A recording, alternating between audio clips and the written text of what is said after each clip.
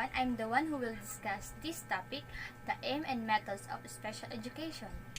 But before I proceed to my topic, we should know the meaning of aim.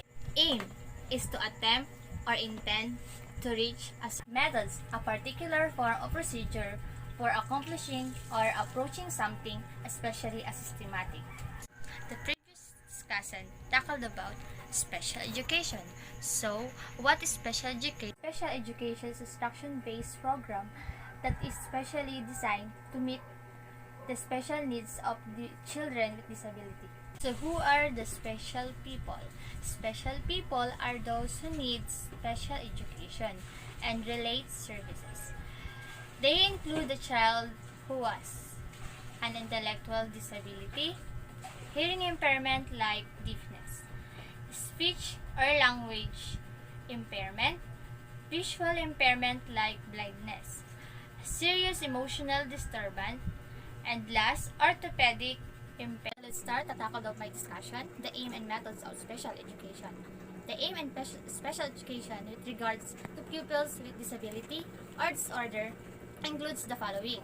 First, identifying and assessing pupils with disability or disorder and evaluating whether the disability is likely to hinder learning and development. Number one, the providing proprietary related service to the student with disability according to their needs. And the United States enactment of the No Child Left Behind Act 2002 is that all students include those with disability. Number two, identifying the distinctive provision that best promote learning and development. So number two, special education is an enable student to successfully develop to their fullest potential. 3. Identifying foundational discipline that contribute to promoting learning and development. So the explanation of number 3, the foundational discipline of medicine may be related to special education through consideration of the classification and procedures for seizure and epilepsy. The implication of traumatic brain injury and the use of medication or for attention deficit hyperactive disorder.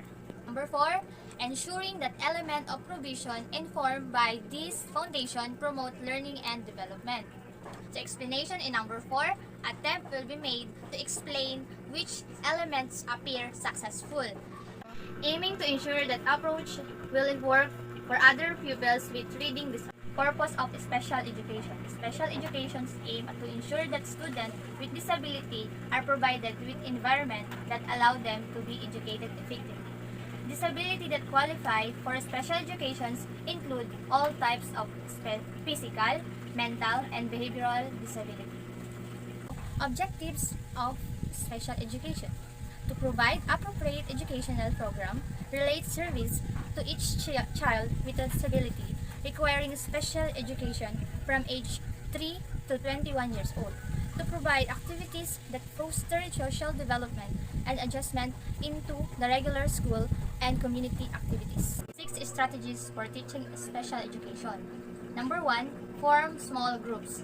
Is a group of 2 or 3 students within the class group according to their level. Can help with personalizing the teaching while not sacrifice class instruction time.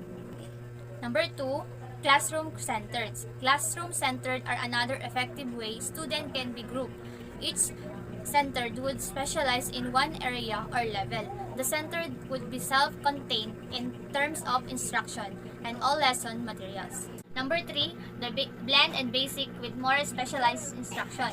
Still another way of instructing multiple levels of students is to teach general concept to the whole group while impairing it with individual instruction. Number 4, rotate lessons. The teacher assistant could also be serviced within such a lesson cycles. Number 5, thematic instruction is where a single theme is tied into multiple subject areas. These methods of teaching has been shown to be very effective in special education's classroom. Last, provide different level of books and materials. Having a range of level and hand will ensure that each student can learn at the appropriate level. Special education intervention. Special education may be best described as a purposeful intervention designed to overcome or eliminate the obstacle keep children with disability from learning.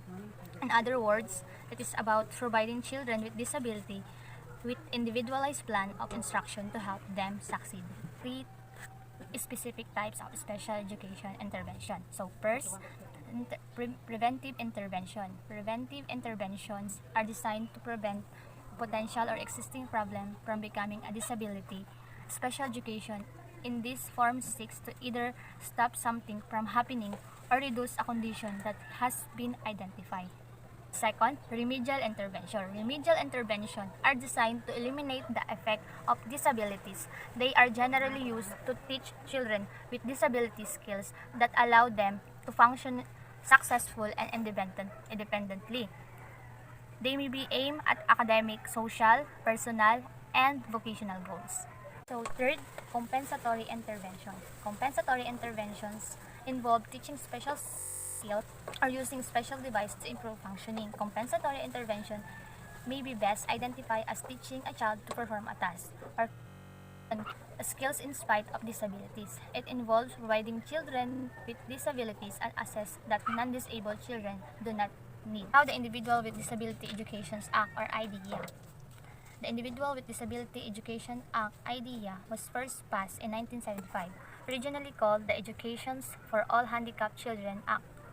So in that act, reauthorized under George W. Bush in 2004, its primary goals have remained similar all these years: to protect the rights of children with disability and to give parents a voice in their children's educations. IAS provides parents with specific rights and protections called procedural safeguard, which means that parents are always afforded the right to make decisions regarding the education of their IDEAS ensures that children with disability have access to a free and appropriate public education and that school provides educations to these children in the least restrictive environment possible, which means keeping them in general education classroom whenever possible.